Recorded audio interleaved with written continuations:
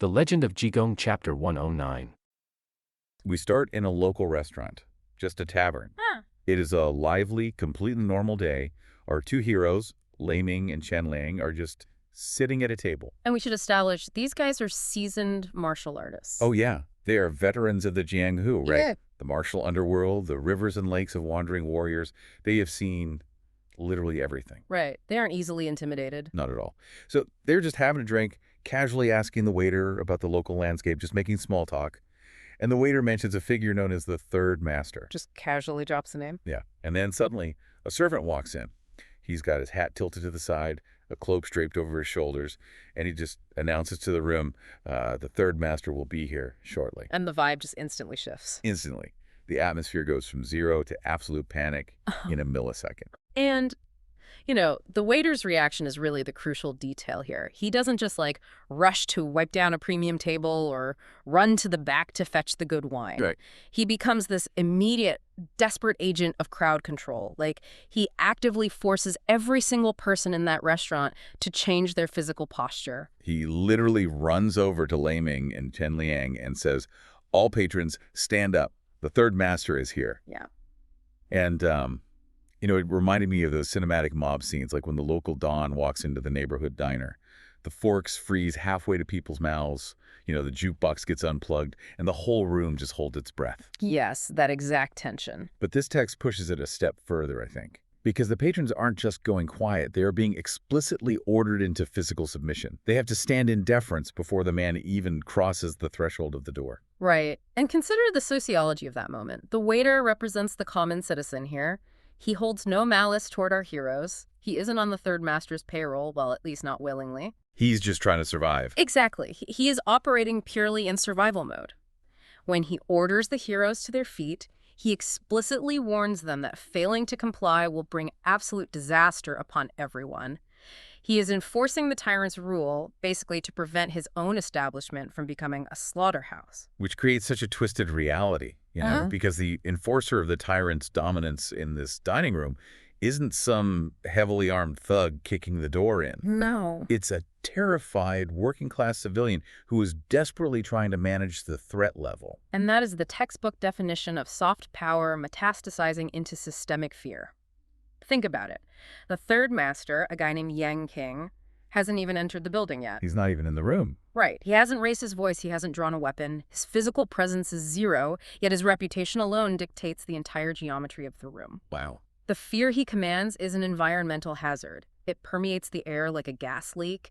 You don't need to see the actual flame to know you really shouldn't light a match. That's a great way to put it. And I really felt that tension reading it.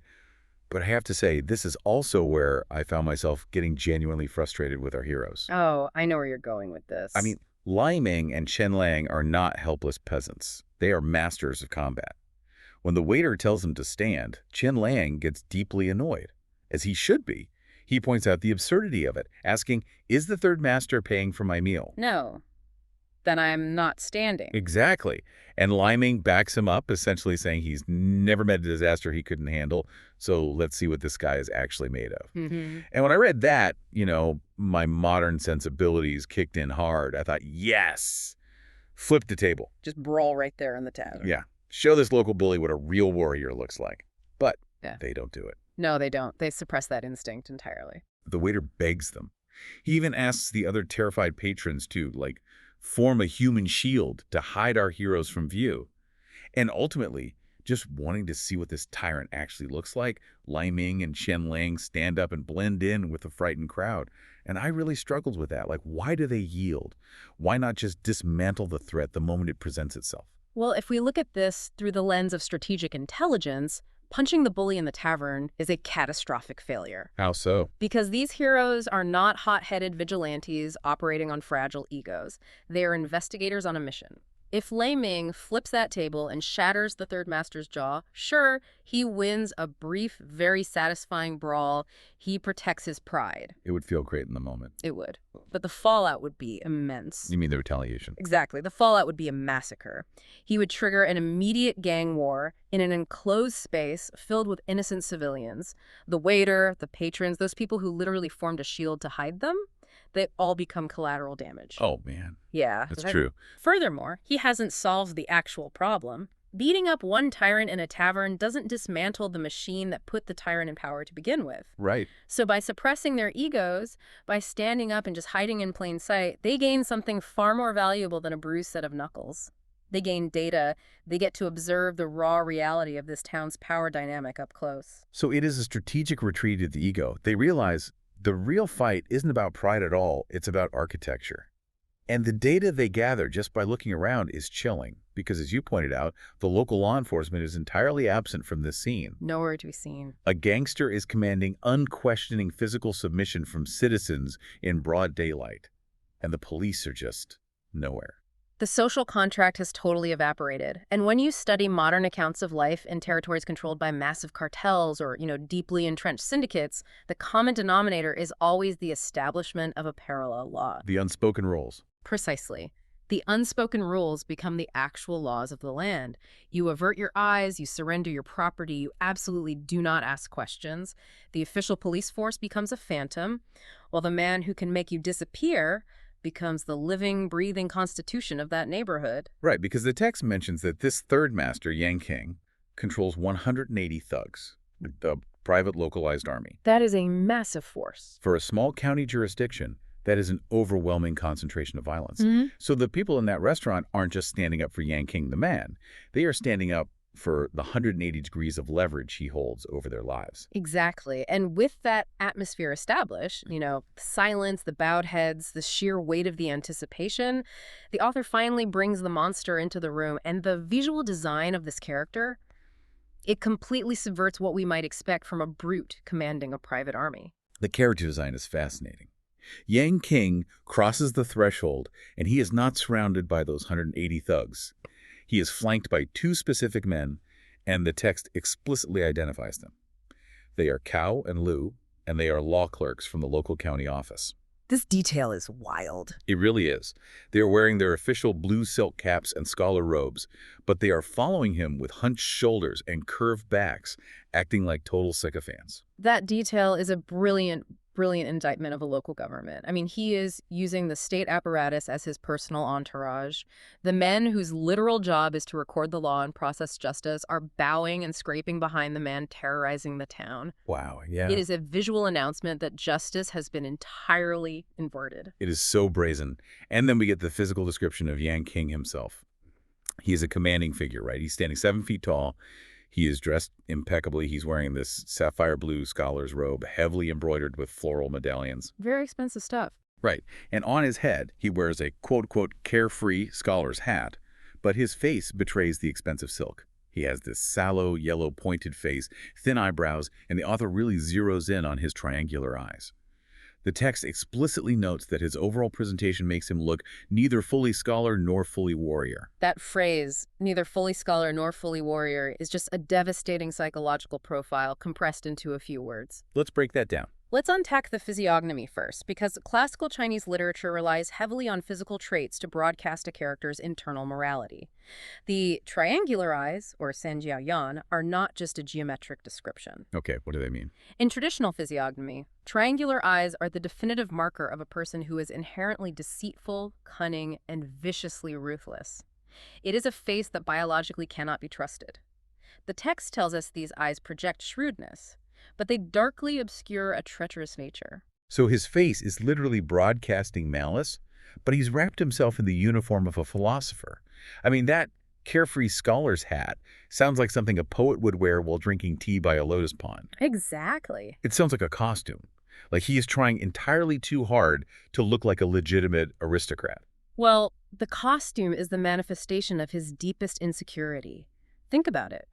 Why does a man who rules through brute force and extortion want to dress like an educated member of the elite civil service? Right. Why not just wear armor and look terrifying? Because violence, while effective, is exhausting. and it's socially limiting. Hard power secures territory, sure, but he craves the respectability of soft power. He wants the innate social deference that is afforded to the highly educated scholar official class. Oh, that makes so much sense.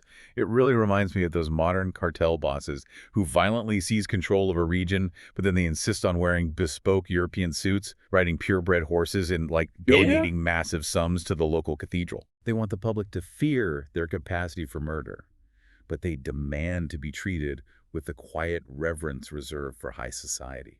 The psychology is identical. He is trying to mask the illegitimate, bloody roots of his power with the refined aesthetics of high culture. But the author ensures the reader knows it is a failure. The clothes do not fit the soul. He is this grotesque hybrid, trapped between the violence he inflicts and the legitimacy he can never naturally earn. And Lei Ming sees right through it.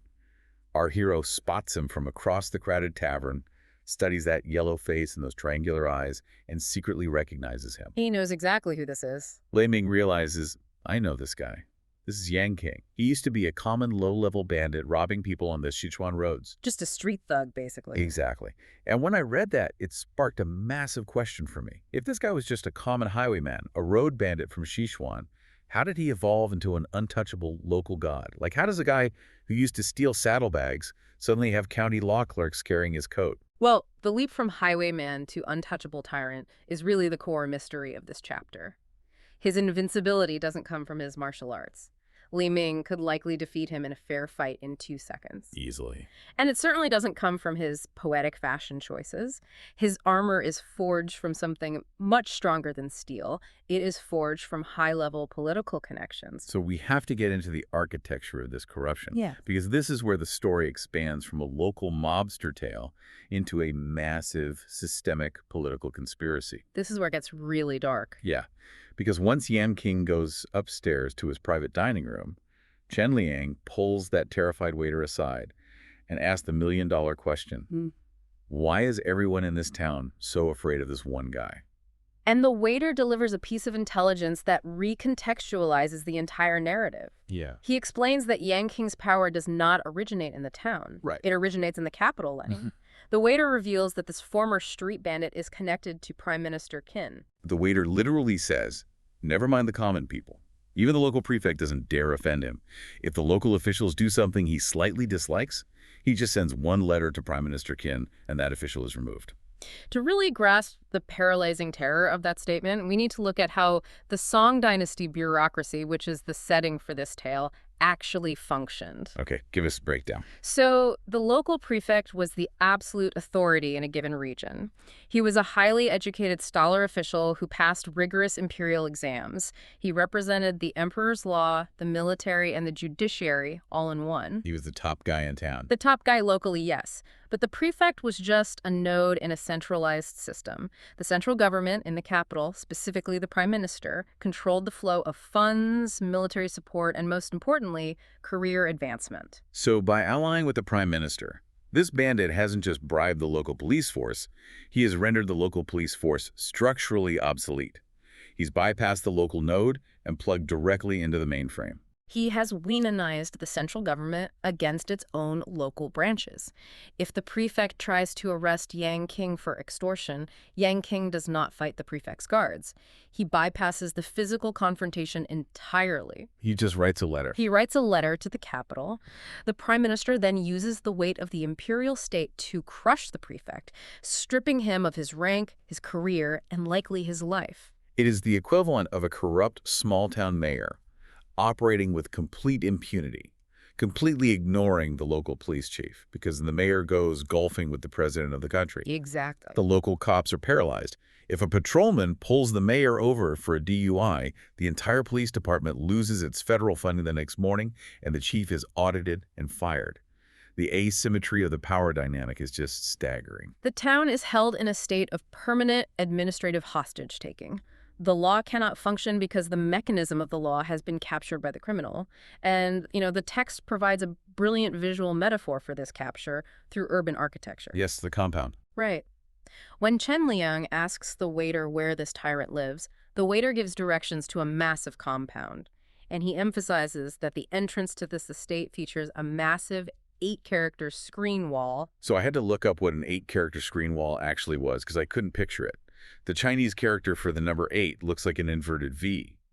So we are talking about a massive, flared-out wall standing right in front of his main gate. Yes. In traditional Chinese architecture, a spirit screen, or yingbi, serves both practical and spiritual purposes. Okay. Practically, it blocks people on the street from looking directly into your courtyard.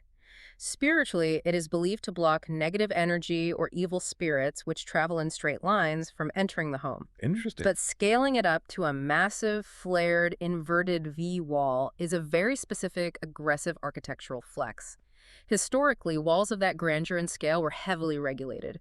They were reserved for imperial palaces, the estates of the highest-ranking government officials, or major temples. So it's not just a privacy fence. It is a deliberate manipulation of the urban landscape to project dominance. It demands physical space.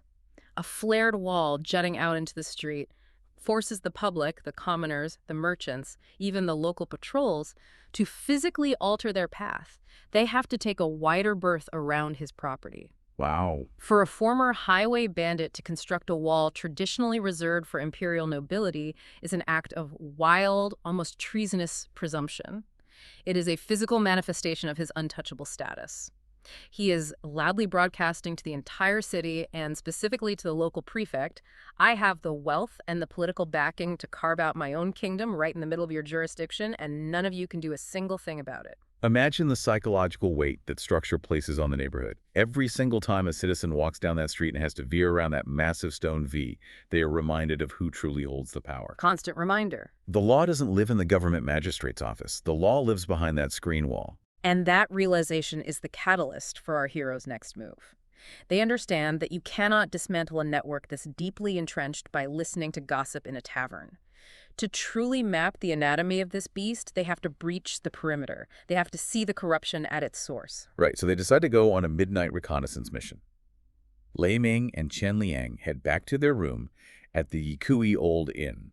They wait until the second watch of the night. This is roughly, between 9:00 p.m. and 11:00 p.m. Right around there. A time when ancient cities without modern lighting would be pitch black and completely deserted. They strip off their day clothes, change into tight, dark night clothes, pack up their gear, and just take to the rooftops. The narrative shift here is palpable. We transition from the crowded, noisy, brightly lit public suffering in the tavern to the silent, dark, insulated world of the elite criminals. The heroes employ their Qinggong, often translated as the lightness skill in martial arts literature. And we should clarify, this isn't flying like Superman. Yeah. Right? This is absolute supreme mastery of physics, balance, and momentum. They are leaping silently from tile to tile, moving like phantoms across the sleeping city. They fly over the courtyards until they reach the tyrant's massive estate, and the scale of this place matches the arrogance of the wall outside. 5 main rooms in the north, 5 in the south, massive wing rooms on the east and west. It is a fortress funded entirely by blood and extortion. Our heroes hunker down in the shadows on the roof of the east wing. Below them, the main northern hall is brilliantly illuminated. Servants are rushing back and forth, and Lei Ming and Chen Lan overhear them gossiping. What do they hear? The servants reveal that a very special guest is arriving, a man known as Hua Yulong, the universe-stealing mouse, and the masters of the estate are throwing a midnight banquet to honor him. Okay, I have to pause to appreciate that moniker. The universe-stealing mouse. It implies a level of thievery so profound that he could pocket the stars if he wanted to. It sets an incredibly high bar for the kind of criminal who gets a VIP midnight banquet. The reputation is entirely justified by the cargo he brings with him. But before we get to the treasure, we are introduced to the full brain trust of this criminal syndicate. We already know the third master, Yang King, with his scholar's robe and his triangular eyes. Now we meet the rest of the Sworn Brotherhood as they enter the brilliantly lit hall. So we meet the second master, a man named Qiu Cheng. His nickname is the Sparrowhawk Eye. He's described simply as having a dark face and wearing entirely white mourning clothes, which is a deeply unsettling aesthetic choice for a lavish celebratory dinner. Very ominous. Yeah. He looks like a man dressed for a funeral he is actively planning to cause. But the character that absolutely dominates the room, the head of this entire operation, is the first master, Tian Guobin. His title is the Mountain Pacifying Leopard. And reading his physical description completely threw my compass off. Tiangobin's character design is one of the most brilliant subversions in the entire text. It plays directly against the expectations of the genre. He walks into the hall, and he is a giant, 9 feet tall, shoulders as broad as 3 men. He's wearing a yellow warrior's cap studded with 6 bright mirrors, a vibrant green silk robe with tight sleeves, a multicolored silk belt, and a bright yellow hero's cloak heavily embroidered with blue flowers. Such a striking image. And his face. The author describes him as having a pristine white complexion, sharp sword-like eyebrows, large commanding ring eyes, and a thick, imposing steel wire beard. If you extract that description and present it to a scholar of classical Chinese literature without the context of the specific story, they will tell you that you are describing a paragon of martial virtue. Really? Oh, absolutely. In the grand tradition of novels like Romance of the Three Kingdoms or Water Margin, that exact combination of physical traits, the immense height, the broad shoulders, the white face, the jianmei or sword eyebrows, the steel beard, is the visual shorthand for a righteous, legendary hero. Think of figures like Guan Yu. He sounds like a god of war who has descended to deliver justice. He sounds majestic. He looks exactly like the kind of wandering hero who is supposed to ride into town and slaughter the corrupt bandits, not the guy who is running the extortion racket. Why on earth would the author take the most vile, corrupt, murderous mob boss in the narrative and give him the glowing, majestic face of a legendary hero? To make a profound point about the nature of institutionalized evil, evil does not always announce itself with a grotesque face or triangular eyes slinking in the shadows. Sometimes the most dangerous evil looks powerful, commanding, and undeniably charismatic. Wow, yeah. The author is subverting the visual tropes to remind the reader that systemic corruption is often orchestrated by individuals who command deep respect, who look the part of natural leaders, and who wield their ill-gotten authority with terrifying, radiant confidence. It makes him infinitely more dangerous than Young King. The third master has to wear a scholar's costume to fake his legitimacy. Tiangubin doesn't have to hide behind a costume. He looks like a hero because he genuinely believes he belongs in the light. He is the untouchable, righteous protagonist of his own twisted narrative. And the conversation that unfolds around that dinner table perfectly illustrates that staggering, almost pathological arrogance. The guest of honor, the universe-stealing mouse, Hua Yunlong, sits down with the Sworn brothers. He explains that he's been on the run, he heard they had established this impenetrable fortress, and he brought some gifts to pay his respects. He opens his bundle, and the items inside are breathtaking. He pulls out a magical, translucent white jade bracelet. And then he pulls out a 13-strand pearl phoenix coronet embedded with rare precious stones. The text emphasizes that these are priceless, city-valuing treasures. City-valuing, that's a great term. Yeah, these aren't just expensive trinkets. These are artifacts of immense imperial-level wealth. The sheer value of the items is staggering, but the origin of the stolen goods is what truly exposes the warped logic of this criminal empire. Hua Yunlong casually mentions that he lifted these priceless treasures directly from the estate of Prime Minister Chen in the capital, Linen. He adds that there are massive bounties and wanted posters out for his arrest across the entire region. And this is where my brain broke a little trying to follow the allegiances. It's a tangled web. Let's trace this logic. Hua Yunlong robbed Prime Minister Chen. But Tian Guobin, the majestic-looking boss sitting at the head of the table, derives his entire local monopoly on power because he claims to be allied with and related to Prime Minister Chen. Right. That is his shield against the local government. So why is Tian Guobin throwing a banquet to honor the man who just robbed his own political patron? Yeah. Shouldn't he immediately execute the thief, seize the treasures, and ship them back to the prime minister to solidify his political favor? You are attempting to apply rational, honorable logic to a system that operates entirely on leverage, utility, and ego. This exchange perfectly illustrates the transactional, chaotic nature of the Jianghu underworld colliding with high politics. Allegiances in this room are not based on loyalty or shared values. They are based entirely on what serves the immediate hubris of the men at the table. So Tian Guobin doesn't possess an ounce of actual loyalty to Prime Minister Qin. None whatsoever. The prime minister is not a respected patron. The prime minister is merely a tool. He is a blunt instrument that Tian Guobin uses to keep the local magistrates terrified.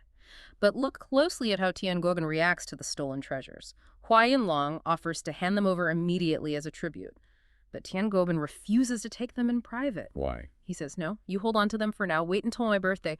When all the old Greenwood outlaws and underworld friends gather here, you can present them to me in front of everyone so they can open their eyes and see. It is a purely theatrical flex. It is entirely driven by ego. The term Greenwood outlaws, the Lulin, refers to the sprawling network of bandits and martial artists who live outside the law. Tiangobin is already wealthy beyond measure through local extortion.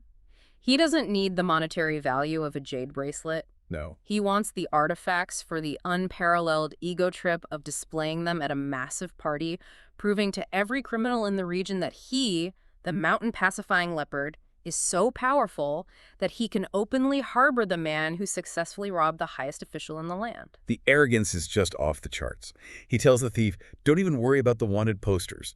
Since you're staying under my roof, I'll just write a letter to Prime Minister Chen, and I guarantee all your legal troubles will vanish. It is supreme, almost hallucinatory delusion. He believes his leverage is so absolute that he can play both sides of the crime simultaneously. He is harboring the fugitive who robbed the Prime Minister while fully intending to use his connection to the Prime Minister to legally pardon the fugitive. He views the justice system, even at the highest imperial echelon, as his personal, malleable plaything. He is essentially saying, I will force the victim of the robbery to drop the charges against the man who robbed him, simply because I'm the one asking. It is a level of narcissism that crosses the border into pure sociopathy. And we see that sociopathy transition very quickly from arrogant dinner table boasting into active, horrifying cruelty. The narrative shifts from a fascinating display of political maneuvering into straight-up psychological horror. Yeah, because while Tiangobin is bragging about how he manages his connections, he casually pivots to explaining exactly how he has been torturing the local government. He brings up the current local prefect, a man named Zhang. Prefect Zhang is basically the one honest, uncorrupted official who has come into town. He gets to his new post, realizes this massive mob boss is running the city, and refuses to meet with him or kiss his ring. And consider how Tiangobin responds to this defiance. A lesser bandit would send thugs to break the prefect's windows or ambush his guards. Tiangobin engages in advanced bureaucratic warfare. Bureaucratic warfare. I love that term. He explains to his guest, I staged a massive robbery at my own estate. I had some Greenwood outlaw friends come in the middle of the night, make a huge scene, and pretend to rob my compound. Then I drafted an itemized list of stolen goods, an enormous mathematically impossible list of treasures, and I handed it to the prefect's office. It is a weaponized, fraudulent police report. He demanded that the prefect solve the crime and recover the assets. But because the crime is entirely fictional, the goods do not exist. The prefect is assigned a task that is literally impossible to complete. Tiangobin is intentionally engineering an administrative failure. Unbelievable. He proudly boasts that once the prefect inevitably fails to solve this fake case within the mandated time frame, Tiangobin will use that failure as documented proof of incompetence. He will write a letter to the Prime Minister citing this failure and have the honest prefect legally fired, disgraced, and replaced with someone more compliant. It is an incredibly sophisticated trap. It is a mafia extortion racket fused with a bureaucratic audit from hell. He isn't fighting the law. He is weaponizing the legal system's own metrics of success against it. Think about the stress of a modern DDoS attack, distributed denial of service, where hackers flood a server with so many fake requests that the system crashes. That's a perfect analogy. That is exactly what Tiangobin is doing to the local justice system. He is flooding the prefect with fake, unwinnable data until the honest man's career crashes. It is the psychological torture of an official who is just trying to do his job. But the true horror of the scene is that Tiangobin isn't finished. While outlining this complex administrative plot, he suddenly remembers a loose end. Almost as an afterthought, he says, I just thought of something else. That old man who tends the flower garden out back. He's a useless person anyway. Second brother, referring to Chen, the man in the mourning clothes, go chop off his head. We'll send it as a gift to the prefect. I remember reading that line, stopping and having to read it 3 more times to make sure I comprehended what was happening. He's a useless person anyway. He is talking about his own gardener, an innocent elderly man whose only function in this world is tending to the flowers in this monster's backyard. It is a chilling, whiplash-inducing pivot. We go from marveling at the complexity of bureaucratic gaslighting directly to witnessing the absolute grotesque devaluation of human life. The casualness is what makes it so terrifying. He doesn't accuse the gardener of betrayal. He doesn't say the gardener overheard something secret. He just says the old man is useless. He is entirely expendable raw material. The gardener is no longer viewed as a human being with a life and a soul. He is viewed purely as a convenient prop that can be harvested to manufacture a political threat. Tian Govan decides he needs a fresh severed head to escalate the terror against the prefect, and the gardener just happens to have a head nearby. It irreversibly cements these characters as absolute monsters. Up until this point, you might find yourself grudgingly admiring their cunning, their audacity, maybe even the majestic aesthetic of Tian Goban. But this act strips away all the glamorous robes, the grand titles, and the clever schemes. It exposes the foundation of their empire for what it truly is: raw, brutal, meaningless murder. And the execution of that murder highlights the terrifying efficiency of this syndicate. It's worth noting that earlier in the narrative, the text mentions Tian Goban casually dispatched 2 other assassins, Cheng Ziyuan and He Dongfeng, to a temple in Linan to slaughter the abbot and all the monks, simply to tie up another loose end regarding a separate plot. Wait, he ordered a mass slaughter at a Buddhist temple between courses, and then ordered his gardener decapitated as a prank to scare a bureaucrat. The volume of lethal violence he casually dispatches without ever leaving his chair is staggering. And his sworn brother, Qiu Cheng, doesn't hesitate for a fraction of a second when ordered to execute the gardener. He nods, rises from the table, leaves the brilliantly lit hall, and steps into the dark backyard. Within moments, he returns. He walks back into the dining hall, holding a fresh, blood-dripping severed head. He doesn't show remorse or exertion. He just holds it up and says, "Brother, look, it's done." The speed of the violence emphasizes that the syndicate is a perfectly oiled machine of death. And Tian Goban doesn't even blink at the sight of the blood. He just tells Qi Cheng, "Wrap it up in a bundle, go deliver it to the prefect." It's delivered with the same tone as asking someone to drop off a basket of fruit. It's a political shakedown, but they're sending a literal severed head to serve as an administrative stamp. And this brings us to the most agonizing, psychologically demanding part of the entire narrative, because amidst this display of immense wealth, arrogant boasting, and horrific murder, we cannot forget who is observing all of this. Lei Ming and Chen Liang, our heroes. The incredibly skilled, heavily armed martial artists who are currently lying flat on the roof tiles of the East Wing, peering down into the hall. They have watched this entire summit unfold. They heard the plot to ruin the honest prefect, they saw the stolen imperial treasures, and they just watched an innocent old man get decapitated and the bloody head brought into the room like a trophy. Which brings us to the immense tension of inaction and the profound discipline of the observer. I have to be completely honest with you. As a reader, I was furious with the heroes in this moment. Oh, completely understandable. The restraint in the tavern was one thing. A bar fight is avoidable. But this is incredibly frustrating. You are martial arts masters. You have weapons. A harmless old man was just brutally murdered, and the killers are sitting right below you, laughing and drinking wine. Why are you just taking mental notes? It is purposely designed to frustrate you. The author is masterfully playing with your emotions, building immense narrative pressure by denying you the expected release valve of heroic violence. I was mentally screaming at the page. Crash through the skylight. Avenge the gardener. Draw your swords and do something.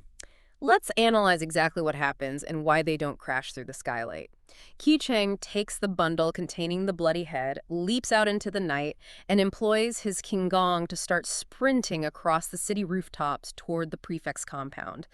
Lei Ming and Chen Liang silently follow him through the shadows. They're tracking him. They watch as Qi Cheng arrives at the prefect's sprawling residence. He navigates to the third hall, finds a specific spot, and hangs the bloody bundle right on the roof rafters. Then, his task complete, Qi Cheng vanishes into the darkness. And this is the moment where Lei Ming finally snaps.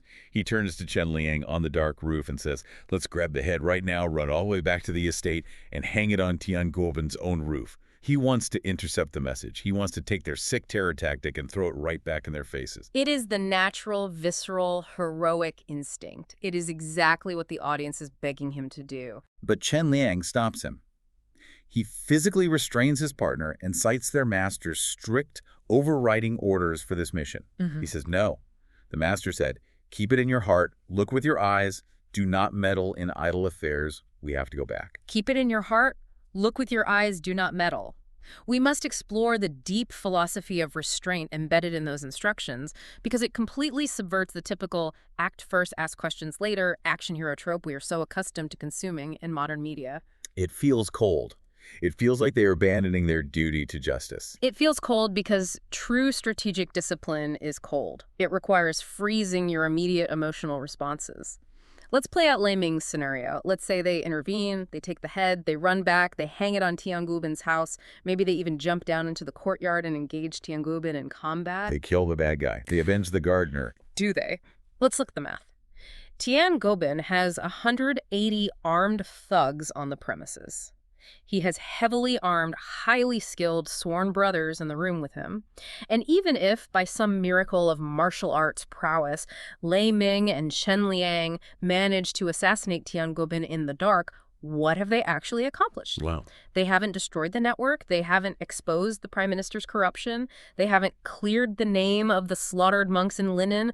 All they would achieve is alerting this massive, sprawling, heavily fortified criminal empire that there are highly skilled spies watching them. The network would immediately go underground. The corrupt officials would cover up the assassination, and the systemic rot would continue to consume the region unharmed. So by attacking the symptom, the hanging of the head, they would lose the disease entirely. Exactly. They would win a skirmish and lose the war. This is an intelligence gathering mission. Their master sent them to map the anatomy of this beast, to understand its bloodlines and its connections, not to poke it with a stick and watch it scatter. It requires an unbelievable level of mental fortitude. You have to override every single adrenaline response firing in your body. Your heart is pounding. You can literally smell the fresh blood of an innocent man. Your muscles are twitching to draw your sword, and you have to force yourself to just breathe, to stay flat on the tiles, to just watch. And the text gives us a brilliant, hyper-specific detail to demonstrate just how disciplined their minds remain in this moment of extreme duress.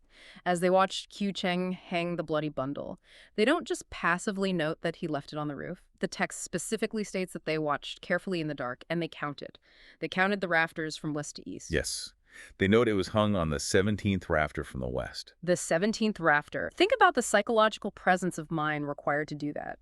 While a brutal murderer is hanging a severed head on a roof in the dead of night, knowing one wrong sound could lead to their own deaths, these heroes are meticulously counting the wooden beams, 14, 15, 16, 17. They are logging exact spatial data. They are mapping the crime scene with cold, forensic precision. It's incredible. They are archiving the injustice. They're archiving it. They are keeping it in their hearts and looking with their eyes, adhering perfectly to their master's instruction. They understand that premature justice is almost always incomplete justice. The author is purposely frustrating you, the reader, holding back the explosive, cathartic release of violence to make the eventual dismantling of this syndicate later in the overarching story infinitely sweeter. They aren't abandoning justice. They are sharpening the blade. So, overriding their deepest heroic instincts, they leave the trap exactly as it was set. They melt back into the shadows and return to their inn, leaving the horrific bundle swaying in the night breeze above the sleeping official. Which brings us to the harrowing conclusion of this specific chapter, the morning after. The sun rises, the shadows recede, and the trap springs. The next morning, Prefect Zhang, the honest official, the man who refused to bow to the local tyrant, the man who represents the highest local authority of the emperor, wakes up in his heavily guarded compound.